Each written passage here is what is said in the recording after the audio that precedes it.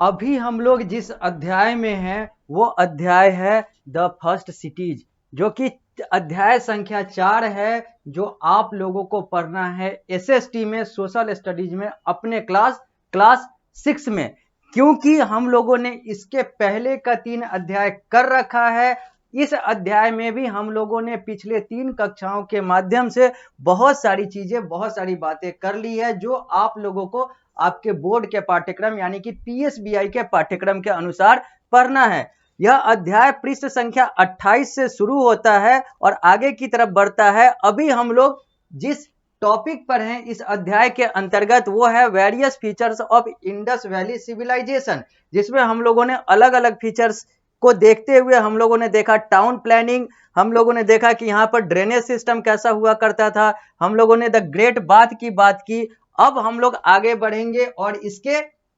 चौथे फीचर्स की बात करेंगे, इसके चौथे गुण की बात करेंगे और बात करेंगे ग्रेनरी ऑफ मोहनजोदड़ो। मोहनजोदड़ो का जो अन्नागार था यानी कि धान्यागार, या फिर जहां पर अन्न या फिर जो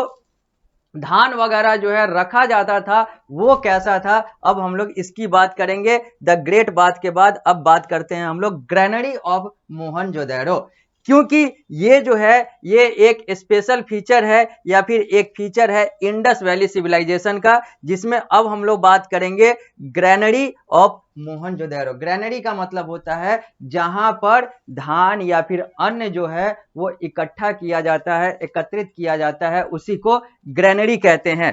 लिखा हुआ है ग्रेनरी ऑफ मोहनजोदड़ो के बारे में, the granary at Mohenjodaro was, the granary at Mohenjodaro was, यहाँ पर the granary of Mohenjodaro, granary of Mohenjodaro, the granary of Mohenjodaro was the largest building in the city. जो मोहनजोदड़ो में यानी कि मोहनजोदड़ो शहर में जो इसका ग्रेनरी था, वो इस शहर का सबसे बड़ा बिल्डिंग, सबसे बड़ा भवन था, यानी कि ग्रेनरी वाला जो भवन था वो सबसे बड़ा भवन था मोहनजोदड़ो शहर में। There were as many as 6 granaries in Harappa. अगर हम लोग बात करें तो हड़प्पा में, हड़प्पा वाले नगर में, हड़प्पा नगर में 6 ग्रेनरी थे। Near these granaries there were circular brick platform meant for threshing grain. और इस ग्रेनरी के बगल में जो अलग अलग ग्रेनरी थे, जो 6 ग्रेनरीज थे, अन्नागार थे, उसके बगल में गोलाकार ईंट का अलग अलग प्लेटफॉर्म, अलग अलग ढांचा बना हुआ होता था, ताकि उससे ग्रेन्स जो हैं, जो अलग अलग ग्रेन्स हैं, उसको काट के या फिर उसका प्रोसेस करके उससे जो है अनाज वो निकाला जा सके। यानी कि ग्रेन को कूटने के लिए, थ्रेस करने के लिए या फिर प्रोसेस करने के लिए ग्रेनरीज के बगल में ये brick platform circular in nature यानी कि सर्कुलर ब्रिक प्लेटफॉर्म जो है वो बने हुए होते थे, गोलाकार ईंट के ढांचे बने हुए होते थे, जिससे ये ग्रेन का थ्रेसिंग होता था। Grains found in the crack in the floor of these granaries so that they grew wheat and barley. और जो ग्रेन्स जो यहां पर मिलते थे, जो दिखते थे, जो इसके सतह में, ग्रेनरीज के सतह में जो ग्रेन्स थे, उससे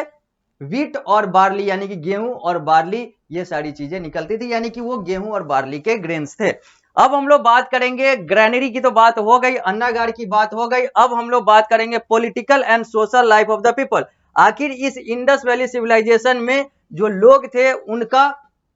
राजनीतिक और सामाजिक जीवन कैसा था, अब हम लोग अगले फीचर्स के तौर पर इसी की बात करेंगे। पृष्ठ संख्या 31 से होते हुए हम लोग इसी फीचर्स की बात करते करते पृष्ठ संख्या 32 पर आ जाएंगे। तो लिखा हुआ है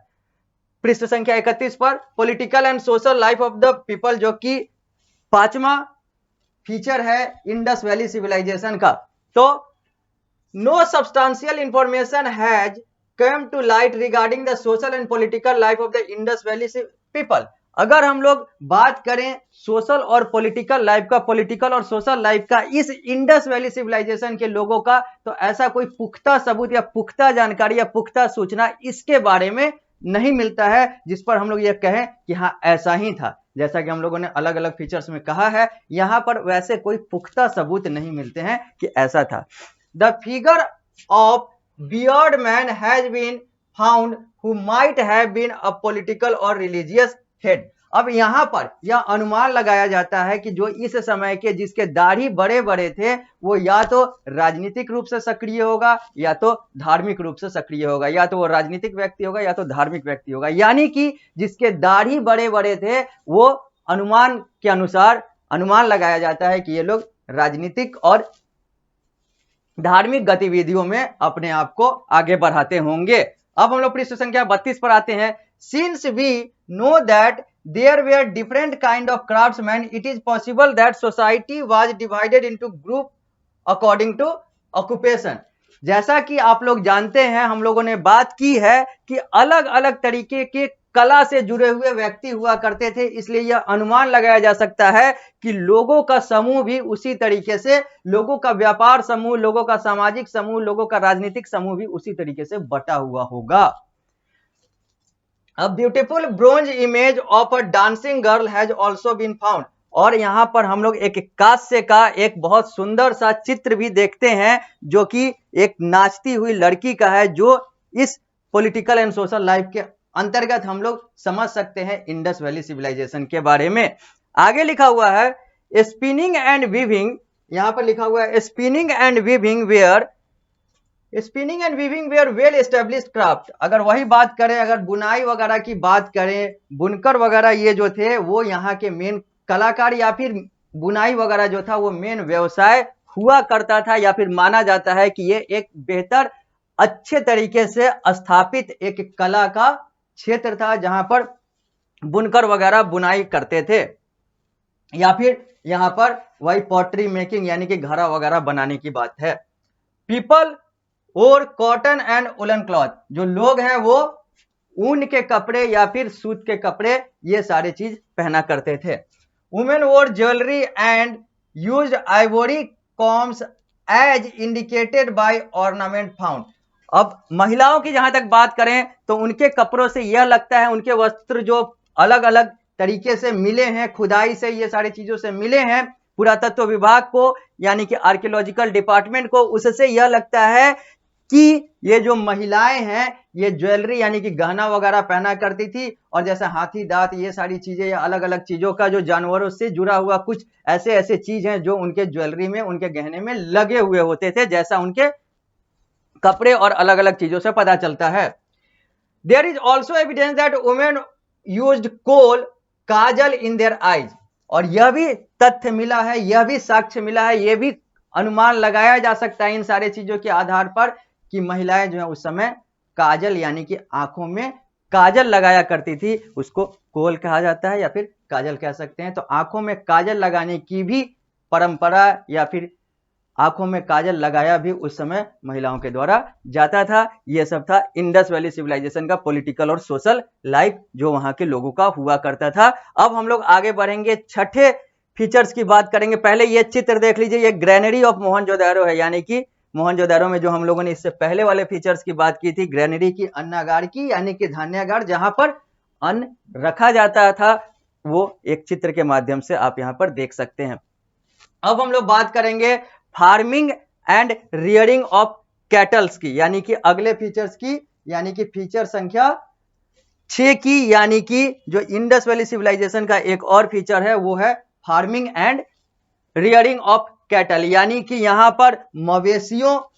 का प्रयोग और यहां पर कृषि, इन सारे चीजों की बात हम लोग इस टॉपिक के अंतर्गत करेंगे। लिखा हुआ Harappan cities were flooded regularly by the Indus and its tributaries which deposited silt in the surrounding area। अब ये हड़प्पन सिटी जितने भी उस समय के, चूंकि इंडस वैली सिविलाइजेशन को हम लोग हड़प्पन सिविलाइजेशन कहते हैं क्योंकि हड़प्पा जो था वो पहला नगर था जो इंडस वैली सिविलाइजेशन का था जैसा माना जाता है, इसी कारण से इंडस वैली सिविलाइजेशन को हड़प्पन सिविलाइजेशन भी कहते हैं। और कहा जा रहा है यहाँ पर कि हड़प्पन सिटीज में जो अलग अलग शहर थे, अलग अलग नगर थे, इस इंडस वैली सिविलाइजेशन, सिंधु घाटी सभ्यता के या फिर हड़प्पा सभ्यता के, ये सब में बार बार लगातार या फिर अलग अलग अंतराल पे, एक खास अंतराल पे यहां पर बाढ़ आ जाया करती थी क्योंकि नदी के किनारे था। तो इंडस नदी यानी कि सिंधु नदी और उससे निकलने वाले अलग अलग नदियों के कारण से यहां पर बाढ़ आ जाया करते थे, और बाढ़ के बाद वो जो चीजें बच जाती है, जो पानी के बाद जो कचरा वगैरह बच जाता है वो सारी चीजें, या फिर कुछ अलग अलग चीजें जो बच जाती है वो सब चीज बच जाता था। बाढ़ आया, बहुत सारी चीजों को बर्बाद कर गया और बहुत सारी चीजों को जो लेकर आया था वो छोड़कर चला गया। तो this made the land very fertile, और उन सारे चीजों से वो जो चीजें पानी के कारण से आता था, बाढ़ तो आया, वो चीज उसको नुकसान किया, लेकिन उसके जगह पर जो बाढ़ से जो अंदर की जो उपजाऊ चीजें आती थी और प्लस जो बाढ़ आता था वो जमीन को यानी कि पानी पानी करके जाता था, पानी पानी के कारण से वो जो जमीन है वो एक तरीके से फर्टाइल हो जाता था, उपजाऊ हो जाता था। Therefore it is possible that agriculture become the chief occupation of the Indus valley people, इसलिए यह पॉसिबल हुआ, यह संभव हुआ कि इंडस वैली सिविलाइजेशन यानी कि इस समय के लोग, सिंधु घाटी सभ्यता के लोग जो हैं वो एग्रीकल्चर में अपना जो व्यवसाय का विकल्प है वो देख सके, यानी कि एग्रीकल्चर यानी कि कृषि करें, यानी कि कृषि जो है वो इस समय का एक मेन ऑक्यूपेशन, एक मेन व्यवसाय हो गया। Wheat, barley, cotton, maize and millet were the chief crops grown, कुछ जो मुख्य क्रॉप्स हैं, कुछ जो मुख्य फसलें हैं उसके नाम है, व्हीट है, बार्ली है, कॉटन है, मेज है, मिलेट है, यही सारी चीजें हो गई, गेहूं, बार्ली, सूत, कपास, मेज, ये सारी चीजों की बात इस समय की है। Plough and sickles were commonly used as farm implements, अगर हम लोग फार्म इंप्लीमेंट्स यानी कि फार्मिंग के लिए बात करें तो वहां पर अलग अलग हथियार, जैसे हम लोग कहते हैं खुरपी हो गया, या फिर जो हो गया अलग अलग जो चीजें हो गई, वो सब चीजें जो है यहाँ पर प्रयोग किए जाते थे, और जिससे कृषि जो है इन लोगों का और ज्यादा, यानी कि कृषि के लिए ये लोग अलग अलग जो जो जो हथियार हैं या फिर जो अलग अलग जो इक्विपमेंट्स हैं उसका प्रयोग करते थे। People were domesticated animal such as buffaloes, goats, dogs, sheeps, pigs and asses, यहाँ पर लोग जो हैं वो अलग अलग जानवरों को भी पालते थे, जैसे कि यहाँ पर कुछ जानवरों के नाम है जैसे कि भैंस, बकरी, कुत्ता, भेड़, सुअर, गधा, इन सारे चीजों को भी यहाँ पर पाला जाता था ताकि उससे आर्थिक और जो पारिवारिक हित है वो साधा जा सके। The horse however was unknown to them, हालांकि अगर हम इन सब में बात करें तो घोड़ा जो था वो एक तरीके से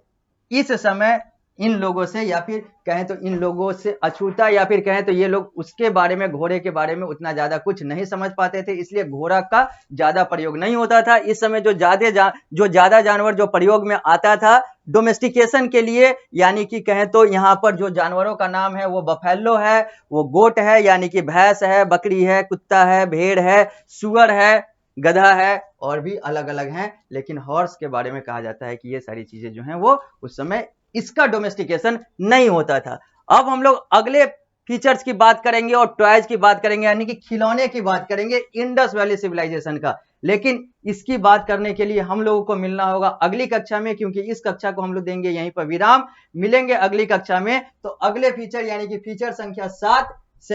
टॉयज की बात करेंगे और उसके आगे की बात करेंगे। तो मिलते हैं अगली कक्षा में।